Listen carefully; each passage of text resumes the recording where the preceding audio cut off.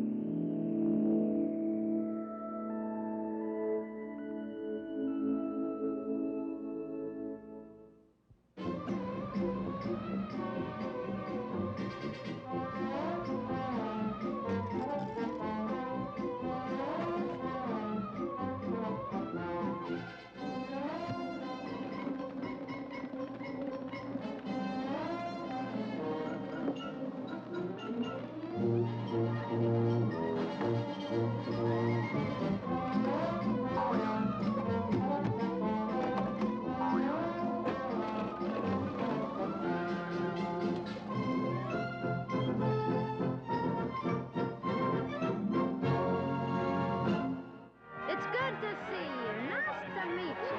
Come on over here. I'd like you to meet my girls. It's just a little bitty peasant country place. Nothing much to see. No drinking allowed. We get a nice quiet crowd. Plain as it can be. It's just a really sweating old-time country place. Nothing too high-toned. Just lots of goodwill and maybe one small thrill. But there's nothing dirty going on. Dolly Parton as the Madam, leading her singing and dancing hookers in The Best Little Whorehouse in Texas. One of 4 new films we'll be reviewing this week on Sneak Previews. Across the aisle from me, Roger Ebert, film critic of the Chicago Sun-Times. And this is Gene Siskel, film critic of the Chicago Tribune. We'll also be reviewing Sisters, a new film from West Germany.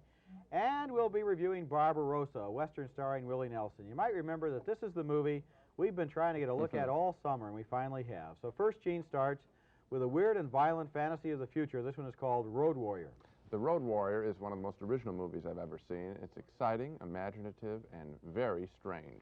The Road Warrior is set in the near future in Australia following World War III, which has left the countryside desolate, save for wandering gangs looking for the world's most precious commodity now, gasoline. And battles for gasoline is what this movie is about, showing us people struggling to survive in this barren land.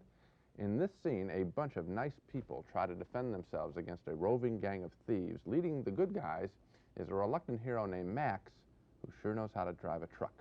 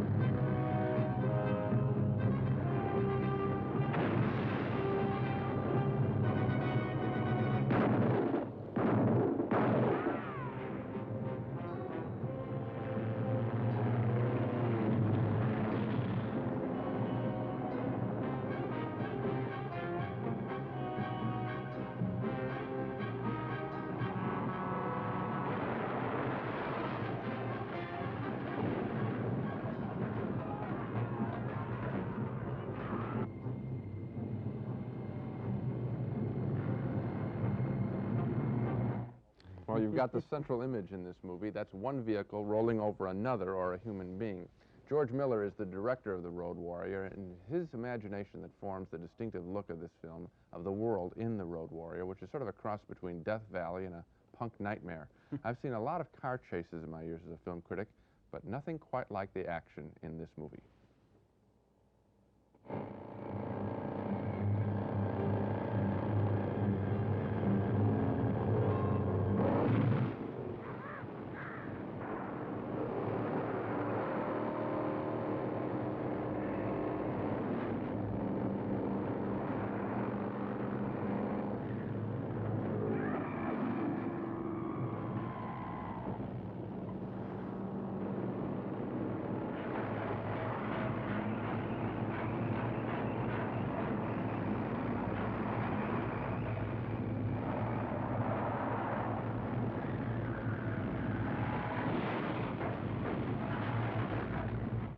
This is one of those pictures where you watch these stunts and you keep saying, I don't know how they do it.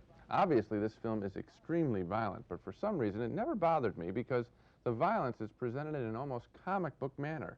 You can't take it seriously. What also holds our attention is one of the wildest assortment of characters I've ever seen. You notice that little mongrel boy.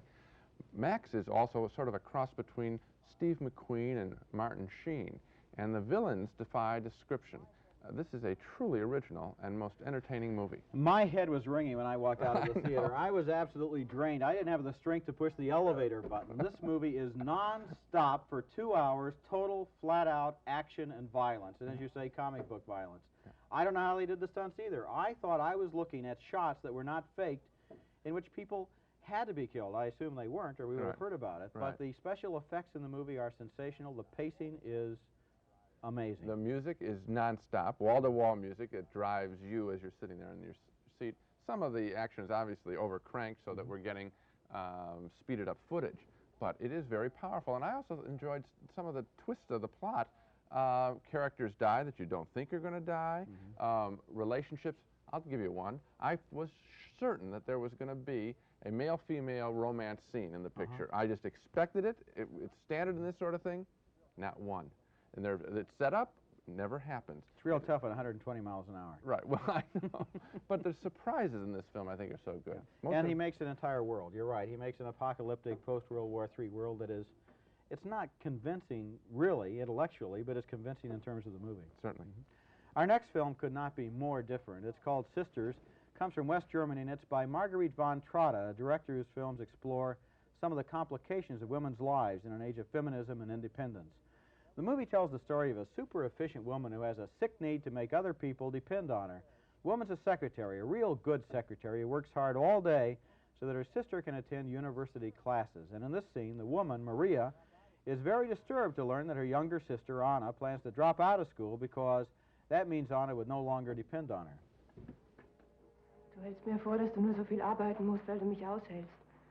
Dabei brauchst du mich, damit ich dich brauche. So ist es doch. Ich hab so Kopfweh.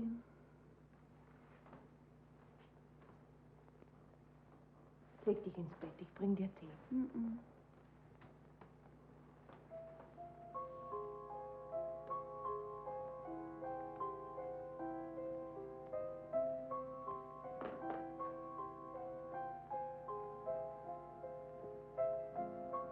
Kannst du dir vorstellen, es gibt dich mehrmals? Wie meinst du das? Ja, wie du aussiehst, deine Augen, dein Haar, deine Hände oder deine Eigenschaften, Klugheit, Energie. Chefsekretärinnen gibt es zu Tausenden. Du bist nicht ersetzbar. Doch, Anna, jeder Mensch ist ersetzbar.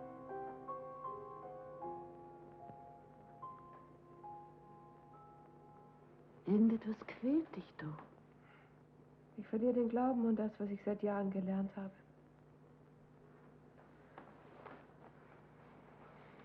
Erklär mir das doch mal. Aber ich stehe mit meinem Unglauben ganz allein da. Wieso? Na, alle anderen bei uns, die warten doch nur darauf, dass sie endlich ihr Wissen loswerden können. Sollst mal sehen, wie wild die mal alles mitschreiben, was ihnen der Professor diktiert. Glaubst du nicht, dass deine Zweifel mit deiner Erschöpfung zusammenhängen? Nein, Maria. Schau, bisher haben doch die Menschen nie auf Kenntnisse oder auf Wissen verzichtet, nur weil Missbrauch damit getrieben werden könnte. Ich will nicht daran beteiligt sein. Ich möchte gern aufhören. Ich will was anderes machen. Aber du kannst doch jetzt nicht kurz vorher alles aufgeben, das ist doch unmöglich. Bitte mach deine Prüfung und danach werden wir weitersehen. Außerdem bin ich überzeugt, wenn du erstmal in der Forschung arbeitest, macht es dir auch Spaß. The closeness there is deceptive. It masks a lot of resentment and even hatred between those two women.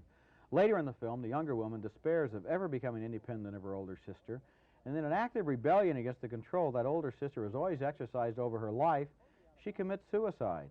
That leaves Maria with a life totally out of balance because she so desperately needs someone to depend on her that she goes out and recruits somebody, a young, naive secretary from her office. Miriam! You like my flavor? Wie geht's? Danke, gut. Und ist Marie? Auch gut. Wie weit bist du? Ich bin schon bei der 15. Lektion. Schön. Ich Ich wollte dich fragen, ob du nicht Lust hast, zu mir zu ziehen. Ich finde es nicht gut, dass du noch länger bei deinen Eltern wohnst. Ich könnte dir auch helfen, zum Beispiel Vokabeln abhören und so weiter. Was hältst du davon? Im Augenblick wohne ich bei Robin. Aber dem kann ich sowieso nicht bleiben. Er geht auf Tournee. Du würdest also zu mir ziehen? Klar? Soll ich mit deinen Eltern reden? Oh, du willst mich doch nicht heiraten.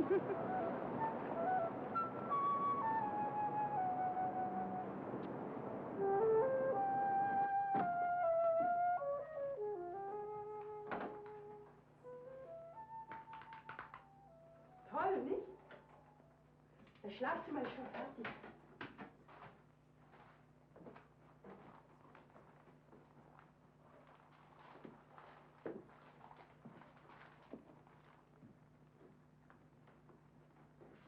Guck.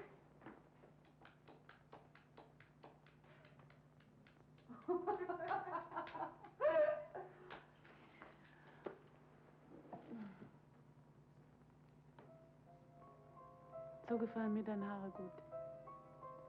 Lass sie doch so. So there they've just become roommates, but before long it doesn't work so well the second time around. Sisters doesn't really tell a story so much as it gets us involved in a meditation about the emotional lives of these three women. What's going on with them? Why does the older woman, who is so smart and so efficient and so organized, have such an erotic need to be depended upon? And why do the two younger women let themselves be smothered and mothered by her? Sisters doesn't really supply the answers, but what it does do is present these characters very perceptively and let us draw our own conclusions. And I think of it as a film that, while you're watching it, you're not necessarily absolutely absorbed in it, but it raises these questions which you talk about afterwards. It's an interesting issue film. All right, well, I saw it, and it didn't raise those questions, and I haven't talked to anyone about them afterward. I agree with your analysis. So much for my analysis. Yeah, no, but your analysis is right in that the issues are raised, but no answers are given, and I really don't sense any clue. The story's told once, told twice. I'm sure there are people like this, but I thought the movie stopped. Well, we've looked at two other films on sneak previews by Marguerite von Trotta, A Free Woman and Two German Sisters, and both of these films also dealt with the same kinds of issues. What does a woman find happiness when she makes steps towards independence? What are her choices? Are they the right choices? Can she be emotionally fulfilled while operating as a free woman? And I think that maybe if you look at all three films together, it shows you what she's getting up to. This is not the best of the three. Well, that much we can agree on. How can you screw up a movie version of a decent Broadway musical that stars two of the most likable performers on the American entertainment scene? That is the question posed by our next picture, The Best Little Whorehouse in Texas, the story of a pesky TV reporter's battle to dismantle the Chicken Ranch, a legendary Texas brothel that Dolly Parton operates as the madam and Burt Reynolds defends as the local sheriff. Parton's defense of her place of business comes in the form of a song. Well, howdy, boys. It's good to see you. Nice to meet you. Come on over here. I'd like you to meet my girls. It's just a little bitty pissant country place. Nothing much to see. No drinking allowed. We get a nice quiet crowd. Plain as it can be. It's just a really sweating old-time country place. Nothing too high tone. Just lots of goodwill and maybe one small thrill. But there's nothing dirty going on. It's just a little bitty pissant country place. Nothing much to see. No drinking allowed. We get a nice quiet crowd. Plain as it can be. It's just a really sweating old-time country place. Nothing too high tone. Just lots of goodwill and maybe one small thrill. Just lots of goodwill and maybe one small thrill. Just lots of goodwill and maybe one small thrill. But there's nothing dirty going on. Nothing dirty going on. She's right in a way. We don't ever see anything dirty going on in this movie. In fact, the only slightly dirty fun comes in the film's only delightful scene where Dolly buys Bert some skimpy black underwear. That scene is what is right with this movie. Unfortunately, it's one of the few scenes between these two actors that is any fun. Much more time is spent defending the Chicken Ranch, as in this scene where Sheriff Reynolds complains to the governor of Texas, Charles Durning, that the Chicken Ranch deserves to live.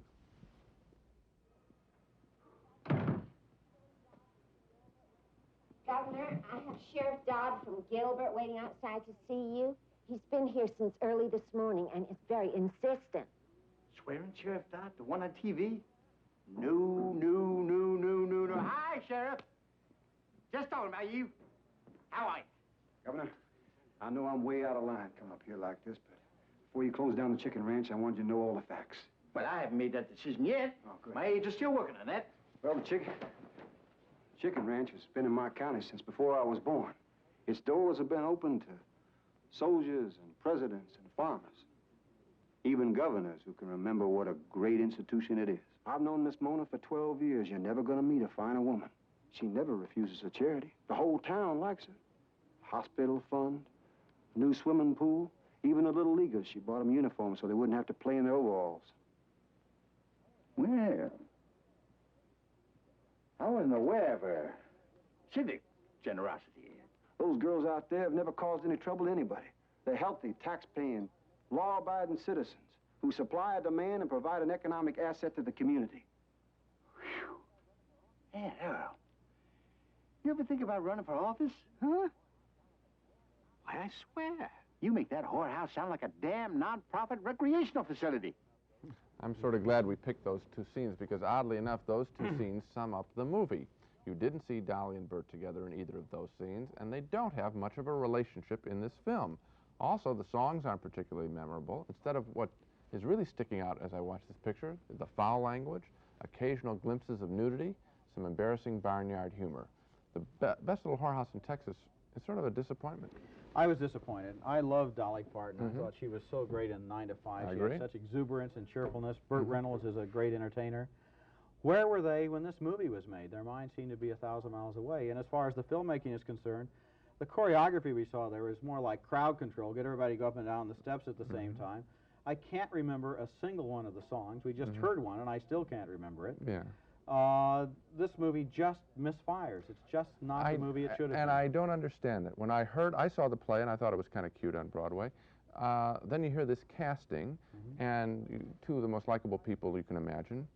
I don't know what happened. I don't know why they didn't give more scenes of the two of them cutting up and having fun in the bedroom. Well, instead, I think they felt they were so obliged to defend this notion that they're going to make a movie about a whorehouse and the word whorehouse that the heart of the film, that their relationship just was forgotten. The basic change between Broadway and the movie is that there is a relationship between the sheriff and the madam, and it's a love relationship between contemporaries. Right. So they make that change, and they don't give you the love relationship. Dolly and Bert have one big scene where they sit under the stars and talk about shooting stars, and how she wanted to be a ballerina. You know, I wanted to see him, you know, what's the line? Kiss is one. What's the line from On the Golden Pond, though? Suck face, you know. There'd been a little more suck face in this movie. That would have... I think you mean kiss, right? Fine, whatever. Okay. Well, now we come to the Department of Sneak Previews Unfinished Business. Faithful readers are going to remember that, or faithful viewers are going to remember that for the last 6 weeks, we've been asking for a chance to see Barbarosa, which is the new Western starring Willie Nelson. And this is the movie. Remember, we did a special honorary Dog of the Week and said, show us this film, because Gene saw it while I was out of the country at the Cannes Film Festival, and he admired it, but it was pulled out of release before I could see it. And so we asked for a screening, and we did get a screening, and I'm happy to report the movie has opened again right now around the country in some cities, and I'm also happy to report that, Gene, you were right. This is a good movie. Thank you. Stars Willie Nelson as a legendary old cowboy named Barbarosa, and Gary Busey as an unseasoned young farm boy, and they team up to be outlaws, but they can't agree on what kind of outlaws they want to be. You ever do that to me again, farm boy? You hear me? You hear me? Yes, sir. After all, I got a reputation to maintain down here. Don't you want to rob and pillage anyway? I do. The next time we go out to rob, I'm going to make the selections on what to rob. And if I say we're going to steal horses, we'll steal horses. If I say we're going to steal cows, we'll steal cows.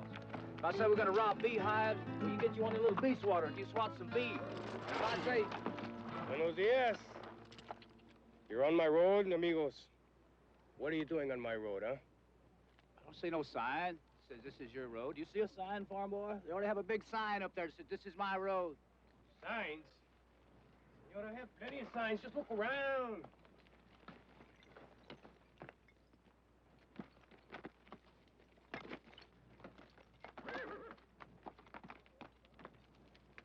Maybe you just don't know who I am, huh?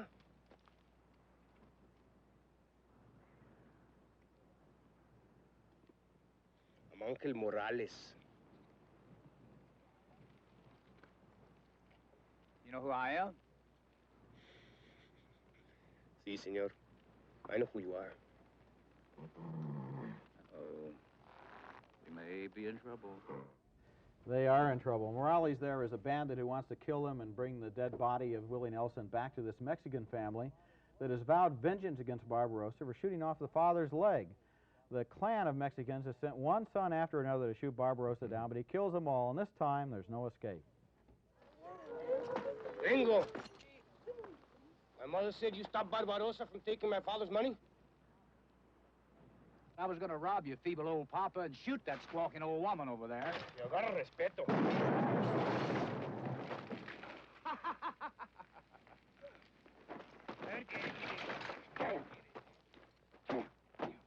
Cover him up. I'm gonna take care of you later. Barbarosa está muerto! Barbarosa is dead! Barbarosa's dead!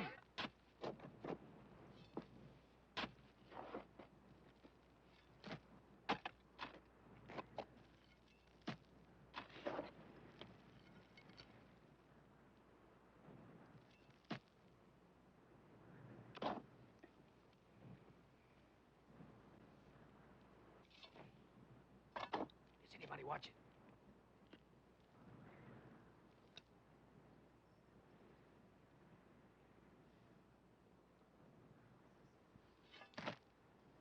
Damn it, stop that. I thought you was dead. Yeah, I'm close. Just tickle my innards a little, I think. Is anybody watching? No.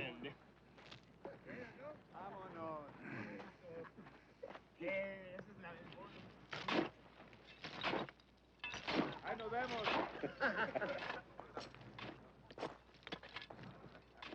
Gringo! What's the matter? You don't like to look at dead men? Yes, sir. Barbarosa is a strange and wonderful Western with a sly, outrageous sense of humor, and the casting has a lot to do with the humor. Willie Nelson plays the ultimate grizzled old desert rat, and Gary Busey is such a farm boy clod you figure he wears his boots to the bathtub. The people who are after them are also obsessed with vengeance that they can't think straight, which of course makes them ridiculously easy to outsmart. Barbarosa is a fresh and original Western at a time when Westerns in general seem to be a dying breed. I'm glad it's getting another chance in theaters around the country, and I hope that people take the chance to see it. I think Willie Nelson, in this film and in Honeysuckle Rose, his previous film, he's a really engaging screen performer. I think he is, too, and you stressed the humor in the film. I found that he took on a legendary proportion. He is a legend in this valley. They can't kill him. They're trying. Everybody's trying. He becomes almost a mythical figure, and I thought he did a terrific job in that. The way he survives that attack that we just saw, very special. I think this film also is excellent because it was made by Fred Skepsey, a Australian filmmaker, Channel Jimmy Blacksmith, Devil's Playground. He also, in all of his films, has the territory come alive and play a character, and you just got the sense of that desert and the grime as well. You know, one thing I liked about this film is that although it is a mythic Western, which is the phrase that you used, and you know, everybody's larger than life and everybody stands for something and they're all seen against the sunset and so forth, it's not boring while being mythic. And recently, so many people have tried to resurrect the Western by turning it into a myth, and then all you're looking at is the symbols, and you don't have any people, you don't have any action. Here, that doesn't happen, and Skepsey takes the curse off and makes these into real, interesting, eccentric individuals. Well, I'm glad that Universal Pictures gave you a chance to see the picture. I hope that they get behind the picture and sell it to the audience, because I think the audience that sees it will really enjoy it. Well, here he is, unpredictable as always, Zeke the Wonder Dog, leaping into the balcony to announce the Dogs of the Week. The week's worst movies, and chances are he's going to leap right out of the balcony again. Always does, an independent-minded dog.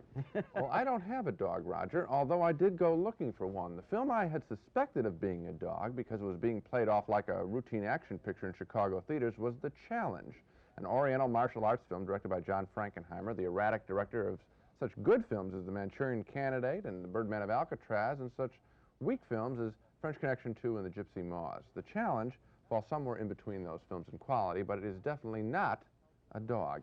In fact, I sort of like The Challenge, which tells the story of an American punk played by Scott Glenn who gets caught up in the breakdown of a centuries-old tradition of fathers passing down a matched set of old swords to their sons. The swords were recently separated in a bloody family dispute, and the Americans' job is to try to bring those swords together for the film's good guy, Toshiro Mifune, the great Japanese actor playing one of the great warring brothers in this film.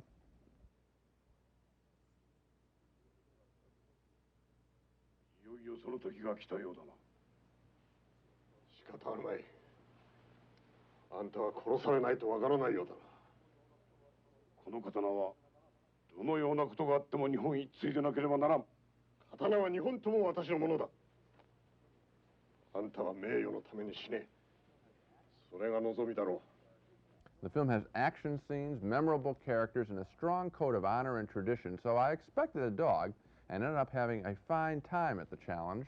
And surprises like that are one of the greatest pleasures of moviegoing and film criticism. You like Barbarosa on my recommendation? Try the challenge. Okay, but I did not have a surprise like that. I found a dog. In fact, this week I've arrived at some kind of a milestone. I think I've discovered the single most inept, improbable, inartistic, and inane dog of the week of my entire career, and it's called Frankenstein Island. It stars John Carradine and Kamer Mitchell and other people who ought to know better in a completely bizarre story about these hot air balloonists who crash land on a mysterious island. They meet a lot of girls in leopard skin bikinis who do snake charming dances, and they learn that the island has a weird electrical force that causes their hands to burn painfully whenever they mention the words Kansas City or Miami. The shipwrecked balloonists meet a woman. Frankenstein doesn't like to be reminded of the places where he was unhappy. Then they meet a woman in a low-cut gown who introduces herself, says, "Hi, I'm Sheila Frankenstein, but I don't like to use my married name." Well, who can blame her? You know, the greatest thing in this movie is first you see stock newsreel footage of balloons about a mile up in the air. Right. Then you see these guys walking over over the beach saying, "Well, my balloon crashed." You know, you never actually see the balloon crash. Okay, that saves money. Now let's review the main movies on this show. Both Roger and I enjoyed The Road Warrior, George Miller's futuristic fantasy, a journey into violence, the likes of which you've probably never seen before. We split somewhat on Sisters, Marguerite von Trotte's German investigation of an obsessive personality. Roger admired it for its thought-provoking qualities and observations about human nature. I found the film less satisfying and not particularly original, so a split vote for Sisters. We were back in agreement, though, on The Best Little Whorehouse in Texas, the disappointing musical with Burt Reynolds and Dolly Parton. Not much of a relationship between them in this picture, just a lot of vulgar hee-haw jokes. And we both really admired Barbarosa, Fred Skepsi's Western saga with Willie Nelson and Gary Busey, and the story of a grudge that would not die. 2 big yes votes for Barbarosa, and we are both glad to see it back in the theaters. And that's all for this week. Next time, our show looks back at the trend toward movies aimed at teenagers with scenes from last summer's successful sequel, Superman 2, the teenage love story, Endless Love, and the rousing adventure film, Raiders of the Lost Ark. And until then, we'll see you at the movies.